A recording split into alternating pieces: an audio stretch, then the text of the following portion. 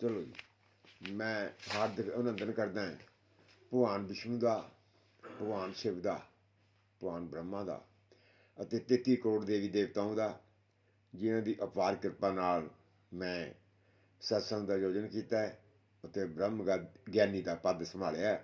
ਮੇਰੇ ਕੋਲ ਭਗਵਾਨ ਵਿਸ਼ਨੂੰ, ਭਗਵਾਨ ਸ਼ਿਵ, ਭਗਵਾਨ ਬ੍ਰਹਮਾ, ਇਹਨਾਂ ਦੀ ਸ਼ੋਭਾ ਕਰਨ ਵਾਸਤੇ ਨਾ ਤਾਂ ਕੋਈ ਕਲਮ ਹੈ, ਨਾ ਕੋਈ ਕਾਪੀ ਹੈ। ਇਹਨਾਂ ਦੀ ਸ਼ੋਭਾ ਜਿਹੜੀ ਹੈ ਉਹ ਅਪਰੰਪਾਰ ਹੈ, ਉਹਦਾ ਅੰਤ ਨਹੀਂ ਹੈ। ਇਸ ਤੋਂ ਇਲਾਵਾ ਮੈਂ 33 ਕਰੋੜ ਦੇਵੀ ਦੇਵਤਿਆਂ ਦਾ ਤਹਿ ਦਿਲੋਂ ਸ਼ੁਕਰਗੁਜ਼ਾਰ ਹਾਂ, ਅਭਿਨੰਦਨ ਕਰਦਾ ਹਾਂ ਕਿ ਮੇਰੀ ਇਹ ਬੇਨਤੀ ਨੂੰ ਮੰਨਦੇ ਨੇ। ਮੈਂ ਇਹਨਾਂ ਦੀ कृपा मेरे पे बनती रहे, देवतियों की भी, और बनी रहे। मैं पहले आपको संदेशा बता दूं कि आप माता पिता की सेवा करो, साथ संगत दादा दादी की सेवा कर लो, और घर में कोई और सदस्य है उसकी सेवा करो, भजन करो, दान करो, शुभ कर्म करो, यही नाल जाने ने। अगर तुसी दादा दादी, माता पिता या घर के होर भी सदस्य है, बीमार है, बिरध है, उसकी सेवा नहीं की, उसकी दुर्दशा की, तो तुहाडे सारे किए हुए कर्म, शुभ कर्म, दान, जग, तप, इस तो इलावा तीर्थ यात्रा, इस तो इलावा व्रत और भी शुभ कार्य है, सारे जीरो हो जाने ने। ये तुसी अपना विचार कर लो। सब मैं एक और संदेशा बता दूं कि कोई भी संस्था मुझे बुलाना चाहे सत्संग के लिए तो मैं आ जाऊँगा, पहुँचूँगा, पर वो यूट्यूब के जरिए थ्रू यूट्यूब मुझे बुलवा सकती है। सब तो पहला एक भजन गाऊँगा, उस तो बाद सत्संग शुरू करना है। भगवान विष्णु शिव का है जो है भगवान शिव जो आए हैं संसार में, भगवान विष्णु के साथ माथे पे चंद्रमा और पाव में पद्म विराजे, भगवान शिव के। भगवान विष्णु और भगवान शिव ने बोला था भगवान ब्रह्मा को कि हम आएंगे जरूर बहुत जल्द संसार में आपकी मदद लई। एक था नंदीगण जो आज्ञाकारी सेवक था भगवान शिव का, एक था नंदीगण जो आज्ञाकारी सेवक था भगवान शिव का। नंदीगण हर समय सेवा करता था शिव भगवान की, नंदीगण हर समय सेवा करता था शिव भगवान की। भगवान शिव रुके थे कैलाश पर्वत पर, संसार में अपना नाम जपाने, और साथ था नंदीगण। भगवान शिव रुके थे कैलाश पर्वत पर, संसार में अपना नाम जपाने, और साथ था नंदीगण। भगवान शिव की महिमा अपरंपार, जो जान गया वह तर गया। भगवान शिव की महिमा अपरंपार, जो जान गया वह तर गया। भगवान शिव है बोला भंडारी, और करते हैं दया भक्तों पर। भगवान शिव है भोला भंडारी, और करते हैं दया भक्तों पर। शिव कहलाते हैं भगवान, और हैं 18 कला संपूर्ण। शिव कहलाते हैं भगवान, और है 18 कला संपूर्ण। भगवान शिव को जो जान गया वह तर गया संसार में।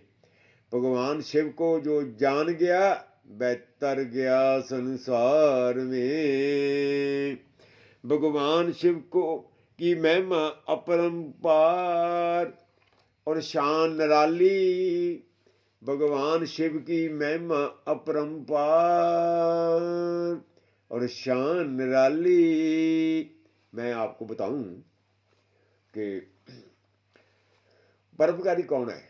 भाई गुरदास जी सिख धर्म के बड़े उच्च कोटि के विद्वान, बड़ी तकड़ी उन्होंने महिमा है। सिख धर्म में बड़ा तकड़ा उन्होंने देन है। बहुत उच्च कोटि के विद्वान सन। ब्रह्म ज्ञानी का पद भी उन्होंने पास सीगा। उन्होंने कहा कि परोपकार वृक्ष है। वृक्ष परोपकारी वो होता है जो दूसरे का परोपकार करे और अपना नुकसान करे। वृक्ष परोपकारी था। वृक्ष फल देता है, धुप सहंदा है, दूसरे ਨੂੰ ਛਾਂ ਦਿੰਦਾ ਹੈ, ਬੱਟੇ ਵੀ ਖਾਂਦਾ ਹੈ। ਜਦੋਂ ਵ੍ਰਿਕਸ਼ ਤੋਂ ਫਲ ਨਹੀਂ ਉਤਰਦਾ ਹੈ ਤਾਂ ਉਦੋਂ ਬੱਟੇ ਮਾਰਦੇ ਨੇ ਵੀ ਫਲ ਥੱਲੇ ਆ ਜਾਵੇ। ਉਹ ਬੱਟੇ ਵੀ ਸਹਿੰਦਾ ਔਰ ਫਲ ਵੀ ਦਿੰਦਾ ਹੈ। ਆਪਣੀ ਗਤੀਵਿਧੀ 'ਚ ਉਹ ਕੋਈ ਕਮੀ ਨਹੀਂ ਕਰਦਾ, ਉਸੇ ਤਰ੍ਹਾਂ ਚੱਲਦਾ ਰਹਿੰਦਾ। ਸਮਾਂ ਬਤੀਤ ਹੋ ਜਾਂਦਾ ਹੈ, ਉਹ ਫਲ ਦੇਣੋਂ ਰੁਕ ਜਾਂਦਾ ਹੈ, ਉਹਦੇ ਟਾਹਣੀਆਂ ਔਰ ਪੱਤੇ ਸੁੱਕ ਜਾਂਦੇ ਨੇ ਅਤੇ ਫਿਰ ਉਸ ਨੂੰ ਉਹਦੇ ਜਿਹੜੇ छोटी टाणी होती है उसके साथ काटा जाता है कुदालों के साथ। उससे बाद फिर उन्होंने कटने तो बाद फिर उन्होंने आड़े पर ले जाया जाता है। आड़े पर ले जाकर उसको उसके फट्टे बनाए जाते हैं। फट्टों की किश्ती बनाई जाती है। किश्ती जो है एक जल से दूसरी एक जगह से दूसरी जगह ले जाने का काम कार्य करती है। ये देखो तुसी वृक्ष ने कितनी बड़ी परोपकार किया है।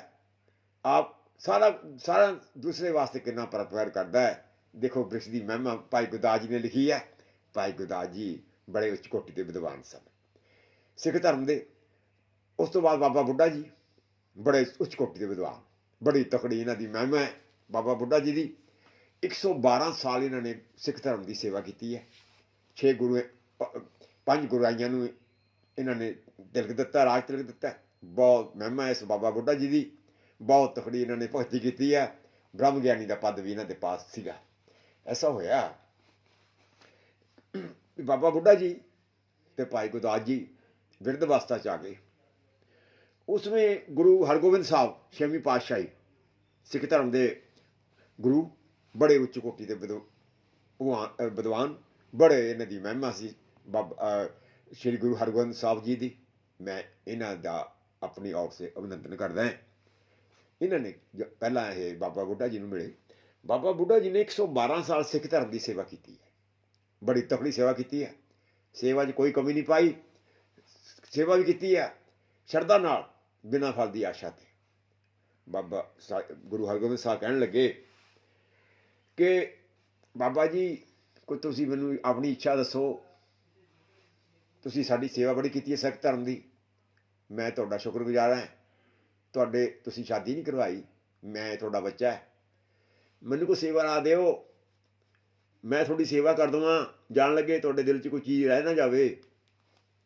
तो बाबा बुढ़ा जी कहन लगे मैं कोई सेवा नहीं की, मैं तो कुछ नहीं किया, गलतियां कीतियां ने। उन्होंने गलतियां नूं क्षमा कर दिओ, मेरी सेवा कबूल हो जू। गुरु हरगोबिंद साहब कहन लगे ये गल तुसीं की कहती? नहीं जी ठीक है, जो मैं कहता, मैं कोई सेवा नहीं की, गलतियां की, गलतियां माफ़ कर दो। गुरु हरगोबिंद साहब बड़े हैरान हुए।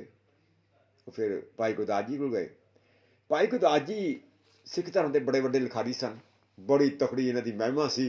भाई गुरदास जी की बड़ी तकड़ी इन्होंने सेवा की है, पर इन्होंने शादी नहीं करवाई। सिख धर्म की बड़ी सेवा की है इन्होंने। ग्रंथ गुरु ग्रंथ सारे ग्रंथ इन्होंने लिखे ने हथी। बहुत तकड़ा महिमा, बड़ी तकड़ी इनकी सेवा है, बड़ी तकड़ी इन्हों की श्रद्धा सी।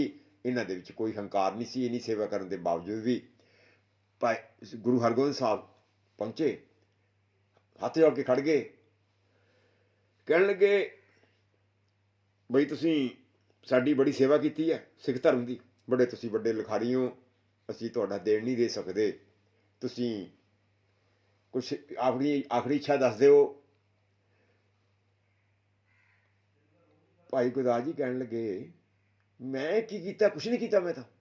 मैं तो गलतियां की ने जिंदगी में।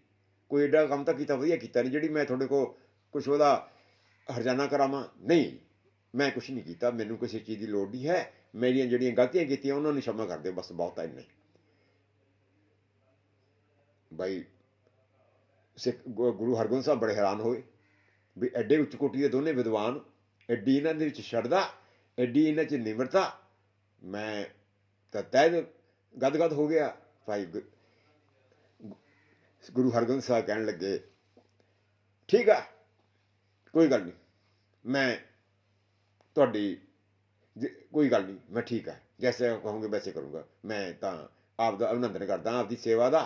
तो चंगा जी, ठीक है। भाई गुरदास जी उस वे ऐसा होया कि गुरु हरगोबिंद साहब गद्दी ते विराजमान सन। बड़ी इन्हां दी महिमा है। गुरु ग्रंथ साहब गुरु नानक देव जी की गद्दी के 6वें गुरु ने। बड़ा तकड़ा इन्हां दा मान है, बड़ी तकड़ी इन्हां ने भगती की है, बड़ा तकड़ा इन्हां दा दिल है, बहुत दयालु दिल ने, बड़ा इन्हां च निमरता बहुत ज़्यादा है। किसी ने कहा कि बात यह है कि तुसी तुहाडे बच्चा नहीं है, एक बीबी थी उसके बच्चा नहीं था, औलाद कोई नहीं थी। उसने कहा कि आप गुरु हरगोबिंद साहब से बच्चा ले लो, वो मेरी पीढ़ी के मालक ने, वो तुहानू पुत्र बख्श देंगे। उसने कहा कैसे करूं? उसने किसी ने बताया उसको कि गुरु हरगोबिंद साहब यहाँ से निकलते हैं रोज सुबह सैर करने, उनका घोड़ा पकड़ लो, हाथ में कागज और कलम रखियो, उन्होंने लिखा लियो कि लिखो जी। उन्होंने जितना जो बने ना उन्होंने घोड़ा ही नहीं छोड़े, उनका घोड़े की लगाम पकड़ लो। ऐसा होया गुरु हरगोबिंद साहब आ गए और बीबी खड़ गई। बीबी ने कागज ते पेन लको लिया, छुपा लिया। कहने लगी मैं तुहाडे नाल बेनती करनी है। गुरु जी कहने लगे कि ना तुसी मेरा एक पुत्र की दास बख्श दो, मेरे पुत्र है नहीं घर च, घर तो खाली होया पिया। गुरु हरगोबिंद साहब कहने लगे बीबी तेरे कर्मां च पुत्र है नहीं, मैं कुछ नहीं कर सकता।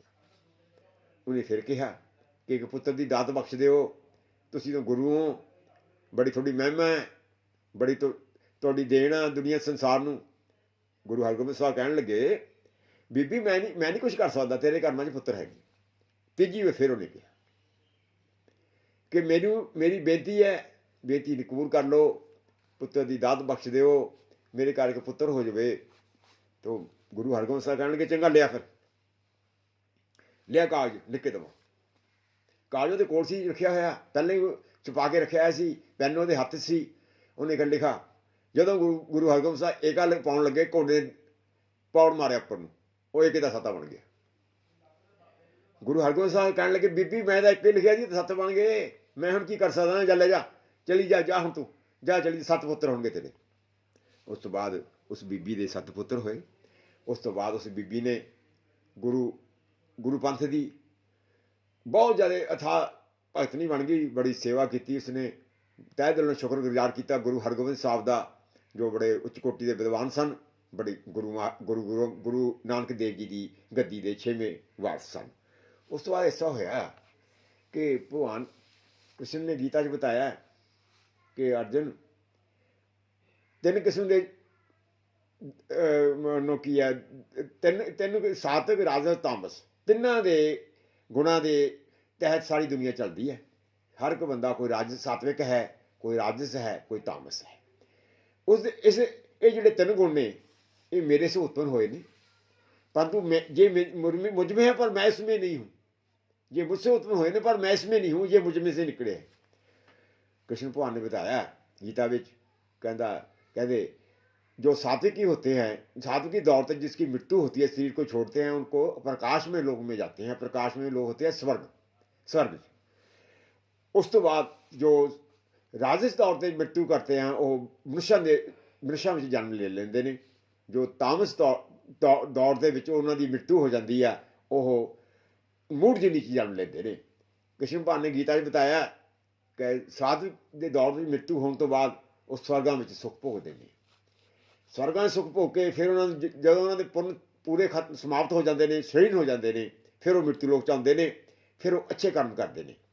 अच्छे कर्म करते हैं, अच्छे कर्म करने तो बाद फिर साथ उत्थे चले जाते हैं। अगर उन्होंने बुरे कर्म किए तो फिर तो नरक तो तैयार ही हैगा, अच्छे करेंगे तो फिर स्वर्ग में जाएंगे। स्वर्ग से जाना थले आना ये सिस्टम चलता रहता है। कृष्ण भगवान ने कहा गीता में, कहने लगे जिन्हों का मेरे नाल मेल हो जाता है उन्होंने फिर मुड़ के जन्म लेना नहीं पैंदा, मृत्यु के पार चले जाते हैं। मेरा धाम वो है जिथे सूरज चंद्रमा अग्नि प्रकाशित नहीं करते, वही मेरा धर्म है, वहाँ जाकर लौटना नहीं होता। कृष्ण भगवान ने यह भी बताया कि मुझ में मिलने से फिर जन्म नहीं होता, लेना पड़ता, जो नाशमान है और दुख का घर है। जन्म ले रहा वो दुख भी मिलते हैं, पैर ते दुख आते हैं, उस बाद शरीर ने नाशवान भी हो जाना है एक दिन। यह कर्म कर लोगे वो जो भर लोगे। कृष्ण भगवान ने गीता बताया कि उन्होंने दसिया कि बुद्धि अंश मोह क्षमा सत्या दम शम दुख दम शम दुख जन्म मरण भय हिंसा संता संताप तप दान जश अप जश इत्यादि जो नेक प्रकार के भावने सब मेरे से उत्पन्न हुए ने, परंतु ये मुझ में है पर मैं इसमें नहीं हूं। उस तो बाद उन्होंने भी कहा कि साधु से रामस पदार्थ राज सात्विक राजस तामस तीन पदार्थ के जोड़े तीन तीन किस्म के है दुनिया, ये तीन किस्म के जड़े हैगे ये मेरे से उत्पन्न होने पर मैं इनमें नहीं हूं। कृष्ण भगवान ने गीता में बताया कि अर्जुन कर्मा का फल भोगने बगैर छुटकारा नहीं हो सकता। कई बार इस तरह होता है कि मनुष्य के दो जन्म पहले बात हुई, उसने कुछ अच्छे कर्म किए कुछ माड़े कर्म किए, उसको अच्छे का अच्छा बुरे का बुरा फल तो भोगना पड़ेगा ही, चाहे कोई पुण्य है या पाप है। उसके पिछले जन्म च दोबारा जन्म आया उसमें भुगत लिया, उस तो बाद फिर रह गए कुछ पुण्य और कुछ पाप छड़ते भी अगले जन्म भुगता लेंगे। उस तो बाद उन्हें फिर जन्म लिया, जन्म तो लैन तो बाद जो वो पुण्य ने उन्हें पुण्य भुगत लूगा, जो पाप किए पाप भुगत लूगा। कई बार ऐसा होता है कि लोग कहते हैं कि इसने बड़े कर्म माड़े किए हैं, इसको बड़ा दुख हुआ, वो सारे पिछले कर्मों का फल है। पिछले कर्म जोड़े किए हुए ने उन्होंने फल भोगना पैना, भोगे तो बगैर छुटकारा नहीं हो सकता। जो पिछले जन्मों का जोड़ा फल भोग लिया उस तो बाद शरीर की मृत्यु हो जाती है। ये कई बार ऐसा होता है कि कई बंदे ऐसे होते हैं कि उन्होंने कई काफ़ी दुख उठाना पड़ता, कई कष्ट उठाने पड़ते हैं। कृष्ण भगवान ने गीता कहा वो अपने कर्म किए हुए हैं, वो असीं कुछ नहीं कर सकते, कर्मां का फल तो भोगना ही पड़ेगा, चाहे अच्छा है चाहे बुरा, वो भोगने तो बगैर छुटकारा नहीं हो सकता। कृष्ण भगवान ने 16वें ते आयत कहा कि अवैशुद्ध सतोगुणी होना, ज्ञान जो निष्ठा दान इंद्रा दमन तप जल सलता हंसा सत्या क्रोध त्याग शांति चुगली न करना, सब प्राणी पर दया तृष्णा से बचना, कोमल स्वभाव लज्जा चपलता का त्याग तेज मूर्ति पवित्रता दरोश अभिमान न करना। ये सारे गुण ने इन्ने गुण बंदे च होने चाहिए ने, फिर वो मृत्यु के पार चला जाता है, फिर उसनों दोबारा जन्म नहीं लेना पड़ता, वो मेरे धाम को प्राप्त हो जाता है। इन्ने बंदे के गुण होने चाहिए ने, वो तो मृत्यु के पार जा सकता, उस तो बाद फिर उन्होंने जन्म लेना नहीं पड़ता फिर उसको जन्म लैन की लोड़ नहीं पैंदी, फिर वो मेरे धाम में चले जाता है। उस तो बाद उन्होंने कोई मुश्किल नहीं आती, ना जन्म होंदा ना मृत्यु होएगी, कोई बात। उन्होंने कृष्ण भगवान